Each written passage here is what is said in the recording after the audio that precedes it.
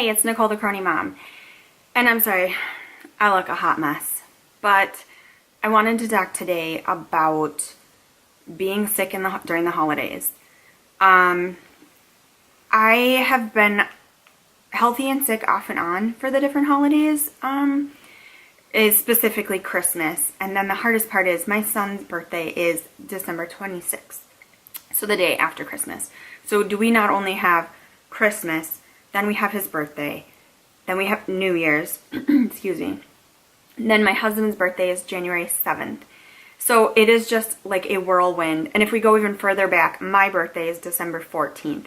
So we have like a month jam-packed of Christmas, New Year's, birthdays, our whole family. So I've lucked out off and on years. We've had really good years. And then like this year wasn't so good.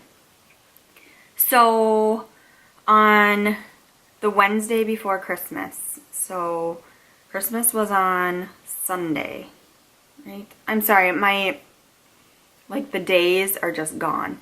Okay, so the Wednesday before Christmas, I woke up and was not feeling well. And I knew something was going on.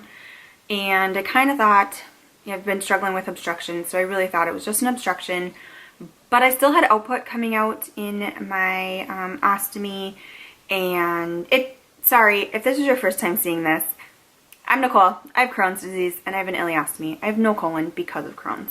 So, and I'll link kind of my intro to explain things a little more. So, I thought it was just an obstruction. I've been dealing with them for about, close to a year. 10 months, 9 months. Thought it was that. So, my husband was at work. I told him, I don't think I can drive. I just didn't feel right. It was it was very different. I still had stuff coming out of my ostomy, but I was throwing up. Strange. So finally, about 5 p.m., he dropped me off at the ER, and I sat there. It was pretty crowded. So I think finally about 8:30, I got back into an ED room. Then we had some criticals come into our hospital. One patient who was already in the hospital went critical. So finally, I think it was 10:30, I had a CT scan and I had some pain medicine. Side note, okay, so because of all my chronic issues, the only pain med that really works for me is Dilaudid. Did you guys know that that's made in Puerto Rico? So it's on a limited emergency supply, so they can't give it to you in the ER. Very strange. Anyways, also some IV fluids. Some of the bags are made in Puerto Rico. That blows my mind. I don't know why, but who would have thought? So I had they gave me some pain meds. They gave me some anti-nausea medicine, even though I wasn't nauseous, but I also hadn't been drinking. Like the nurse said, you kind of know the ropes. You put yourself on NPO. And I do, because I don't like throwing up. And that makes me even more dehydrated. So why drink if it's just going to come right back up? Anyways, so they did the CT scan, and when the ER doctor finally came back, he said that I do have an obstruction. However, this time, it's not like my other ones. This was my small bowel had twisted, and that he was going to talk to the surgeon who was on call. And I didn't recognize their name, which was kind of strange. And I was like, oh, okay. And I'm by myself, and it's 11 o'clock at night, 11:30. Yeah, 11:30. And I was just like, oh, well, he's going to talk to the surgeon, but, I've talked to a surgeon before. This summer I had a consultation and, whatever. So, he came back a little while later, and he said that my doctor was on her way in, my surgeon was on her way in, and that it's going to be surgery. And I said, oh, okay. And I just let him go, because I'm like, he doesn't, he's an ER doc. I have really lucked out. And the ER doctors that I've seen are amazing. They really are. But at the same time, they don't always know. They don't know. Just because it's not their specialty, and they don't need to know the specific details. So, okay, so then I went back to sleep, because it's late at night. And finally at about 1 a.m. my surgeon came in, And she came straight to my room. Like, I love her. She's amazing. With her coat, her purse, like everything. She just came and dumped her stuff down and sat down and just looked at me.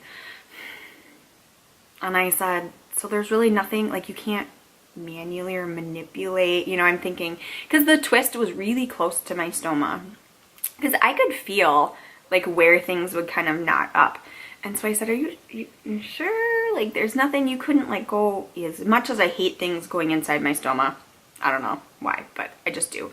You know, like there's nothing. And she's like, you know, she just sits there and shakes her head. And I said, I know, you wouldn't be here at 1 a.m. Like you wouldn't leave your girls, your family on a, you know, Wednesday night, Thursday morning if this isn't like legit.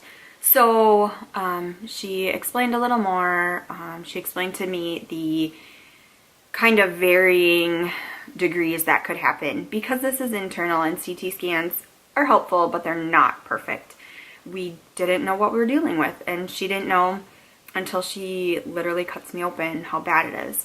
So there's kind of 3 varying degrees she explained to me. It could be just a twist and she goes in there and untwists and everything's fine. That's best case scenario. Next, there could be a twist and she fixes that and there's some bowel that needs to come out and she would cut that out and resection it together. And then that's a little more invasive, but you know, not so bad. The third, which was really bad and really scared the living bejesus out of me, was that they would open me up, they would untwist, there would be bad bowel that they would cut out, and then there would also be some questionable bowel that maybe it could be okay and be saved and maybe it wouldn't. And the way to find out if they could save it is they leave the midline incision open, they leave me on a breathing tube, and I would be in the ICU, completely like sedated, basically kind of in a coma, for 12 hours. And then they would go back in and just look at the bowel again and decide, does it have to come out? Can it stay? And then sew me back up. And that terrified me. Like, goo, you know, first of all, ICU. I have not gone to that level. I know many cronies have. I haven't gone to that level. You know, that scared me. So she said, but you know what? They did, I don't know, some blood test to show if there was like, infection in my body, and that came back normal. So she said, I'm very hopeful that it's the first scenario. We're just going to untwist, sew you up, and you'll be done. It'll be a quick, you know, 45-minute hour surgery, and you will, no big deal.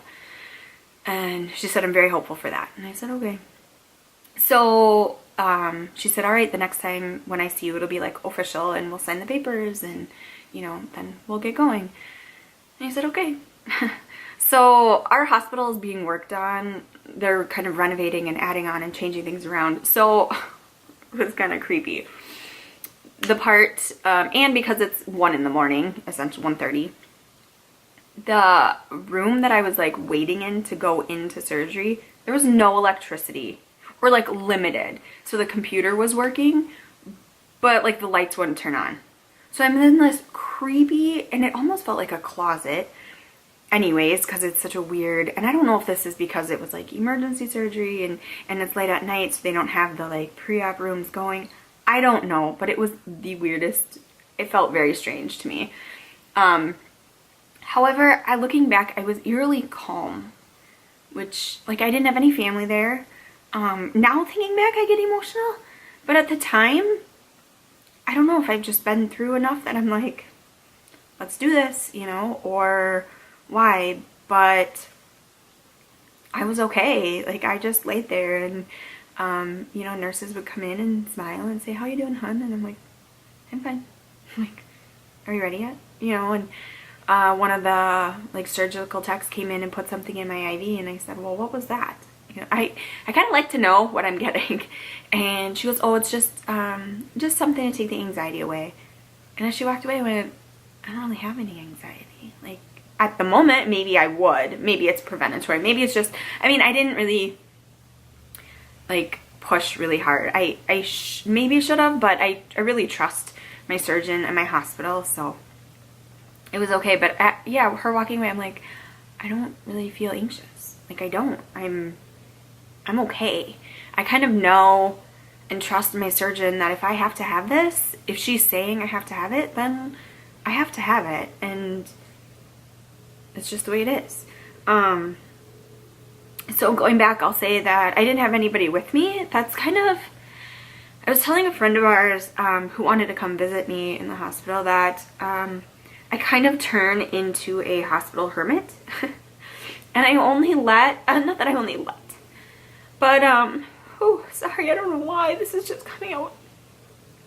I only have my husband, my son, my mom and dad come and visit me. My brother and sister are more than welcome, but I don't, like, ask them to or expect them to. My sister has a family of her own, and, like, and it kind of, I know how boring it is, and I feel like that I have to entertain people, and if I'm in there, I'm tired, and I'm not, like, exciting, and so it's just kind of meh to me now, unfortunately. Maybe that's, like, kind of, the, like, sad part of all this is because hospital life is just kind of, you know, it's become a norm for me and my family and my son, and so anyways, so yeah, I was by myself, but my surgeon said she made sure she had my husband's number and would call him right afterwards, and kind of let him know how things went and what to expect. So I honestly don't even remember. Maybe the anxiety meds, like, knocked me out. I don't know.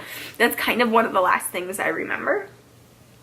And then I woke up in recovery, and it felt really cozy. I don't know what was around my head. If they had, like, pillows, blankets, towels, I don't know. But I felt really, like, cocooned, and I loved it. Like, I'm kind of a cocoony as I, like, bunch up my sweater. I felt really cocooned, and I remember, like, not seeing anything, but I could hear people, and there was one really nice nurse who was kind of telling me, you know, everything went great, and, you know, we're gonna move you up soon, and, you know, everything is fine, and your throat might hurt because the tube, and, you know, the kind of the usual, surgery things. So yeah, so then,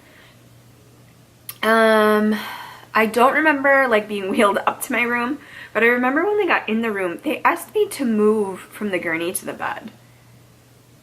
And I'm still, like, I still don't remember who these people were. Like, I couldn't tell you who they were. I don't know if I had my eyes closed or I just can't remember. They wanted me to move. And I said, I can't do that. I'm not very often like that patient who's like, no, do it for me. Like, I really am an independent kind of patient, and I will try to do everything on my own. But, yeah, I said, no. Like, I can't. So they moved me over, and I tried to sleep because, again, this is like 4 in the morning. I think I got up on the floor, or no, 4 or 5 in the morning. And after surgery protocol is at my hospital, it's like they check on you like every 15 minutes for like are they ever checked 15 and then 30? I mean, it's like, obviously they want to make sure you're okay and stuff like that. But I did not get any sleep, and it was just quite the rodeo. But everything went great. It was the first case scenario. She went in, she untwisted, she sewed me up, and it was great.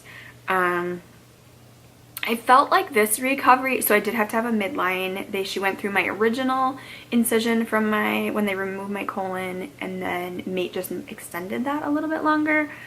And I don't know why this one feels a little more, like the midline hurts more than my first surgery when they removed my colon. And I don't know if it's because it's longer. I don't know if it's because I had the pain of the ostomy too, and like the newness of the ostomy from that surgery, whereas now I'm like, it's just my ostomy and whatever, and, so I'm more focused on the pain of the midline incision. Also, I only spent, surgery was Thursday morning, 1 in the morning, 2, whatever, 4 in the morning, whatever. I got to go home Saturday at about noon, which was amazing. So I don't know if that's why, whereas my first surgery for when I removed my colon, I was in there for almost 2 weeks. My bowels didn't wake up and I needed an NG tube, and it was quite an ordeal. So I don't know if that's why the pain, you know, had more pain meds in the hospital because I was in the hospital and had the button, and they did like Tylenol drip for my other surgery. This one I did have a button. I felt like it didn't really help. It was a very small dose, so I was like pushing that button like I think I could push it every 6 or 8 minutes, and I was, but I never felt, I don't know, it was a weird, I could tell when I went walking, if I hadn't been up on my button, walking was horrendous. But thankfully my nurses were great, and they like upped my independence really fast. I hate making people walk with me. I don't know why. I feel so like dependent on people like that, and I don't like feeling like that. I don't like having, you know, just, I'd rather just walk on my own, and I understand if I'm a fall risk, I can't, but thankfully my nurses upped me very fast to independence, because those reds at my hospital, red socks equal no independence, and you have to have assistance, and blue socks are completely independent. So whenever I see red socks, I just cringe, and I even ask when I'm there for my obstructions, like if I see red socks, I'm like, do I really need, like, can I get blue? So I had my independence, and I was up walking and moving, and I got to go home. Thankfully food went through me and everything was okay and things were moving out. So then I came home, and the hardest part, I will say, as much as I love my bed, we have a purple mattress and I love it. I really do. It's a great bed. I miss, when did you have surgery on your abdominal muscles and it hurts to kind of move like that? I miss the bed that like tips you up halfway. And then the handles to like pull you over. But it's been amazing being at home and sleeping in my own bed and recovering like that. So Christmas, so then obviously I was out Saturday. We were supposed to celebrate Christmas with my husband's family on that Saturday. And the house we were going to, they have a split level house, so it's stairs to get up to the main level. And they have 2 small dogs. And I was just really nervous about the stairs and the dogs. The stairs I would have managed. Like, they weren't as big of a deal. If I just keep up on my pain meds, it wouldn't be that big. But the dogs are what scared me, and I didn't want them jumping on me. I didn't want them hitting my stomach. I was just really nervous. So I stayed home. And, but it was nice to have some time to be home by myself and just kind of, I don't know, process through a little bit and just kind of like take a deep breath. I wrapped presents because that wasn't done yet. But yeah, it was, so then Christmas Eve was the next day, and I am Catholic, so Christmas Eve fell on a Sunday. So as my pastor said, you can't, how did he say, there's no double dipping or 2 for 1. I forget how he said it, but basically saying you have to go twice. So we went in the morning for like the Sunday mass, and then our Christmas mass we go on Christmas Eve. So at 4 o'clock we went back for that, and we were at my parents' house, and my husband made a prime rib, and it was delicious, and I ate probably like 4 bites because my surgeon's partner told me I can go back to my normal diet, and that was not so smart. If you have surgery like this, ease into the diet, because Christmas Day I was in pain. I was in a lot of pain, and that's the only thing I can think of, is that the prime rib was just too much for my stomach to take. So Christmas Day was miserable. My husband was working. We were back at my parents' house. Thankfully, my family just kind of takes over with JT, and I spent pretty much the whole day either on the couch sleeping or in my parents' bed. I did throw up once, which hurt pretty bad with the midline incision. But I knew it wasn't like a blockage or anything like that, because stuff was still coming out of my ostomy. I wasn't nauseous per se. It just was like a pit in the bottom of in my stomach. Like it just, I could tell it was just, I don't know, if you're an ostomate, you might know the differences, or you'll learn to know the differences. It's just something, when you know your body, it's just, that's what it was. So my family just kind of took over, and I also couldn't drive at this point, so my mom had to bring me back home, and JT, and she offered for us to stay at their house, but I just wanted to be in my bed. I didn't have many, I had some of my meds with, but not all of them, and so they brought us back home, and it was just really nice to sleep at home and relax and have the next morning just be kind of chill and calm. But so then that next morning I woke up and I was feeling a lot better. Everything had moved through me. I woke up at 7 in the morning with like a full bag, and I hadn't had a full bag since surgery, so that was a good sign that everything was kind of flowing through and working, and I didn't have that like knot in my stomach. And so I just did really easy foods. I still have been doing very soft, easy foods, you know, like broth and soup and noodles, and what else have I eaten? Eggs, that kind of stuff. And I'm healing well. I think today's been the first day where I haven't really taken my pain meds. And that's because I can start driving here in a day or two, as long as I'm not on the pain meds. And I'd like to get back to driving because it's really hard to, like, again, I'm an independent person. I hate relying on people. I hate like being like that. So I am trying today to not take the Percocet, and just maybe I'll take, they did give me like a extra strength Tylenol prescription, so maybe I'll try some of those if it gets bad. But so far it's 1:30 and I've been doing okay. But I think the hardest part is relying on people, but you have to. If you're sick around the holidays, let people help you. As much as I need to take my own advice, that's my biggest thing, is when people say, what can I do? Tell them. Like, just let them. But this surgery was emergency, and I didn't have time to think about it, much like my other one. And I just let it go the way it has to go. I mean, there's nothing we can do, right? We just trust in our doctors and surgeons and do the best we can. And I think everything's been going really well. My scar is healing pretty nicely. I'll have an appointment in a week to meet with her again and see how it's going. But there's no signs of infection or anything like that. But yeah, so that's my little holiday surgery ordeal.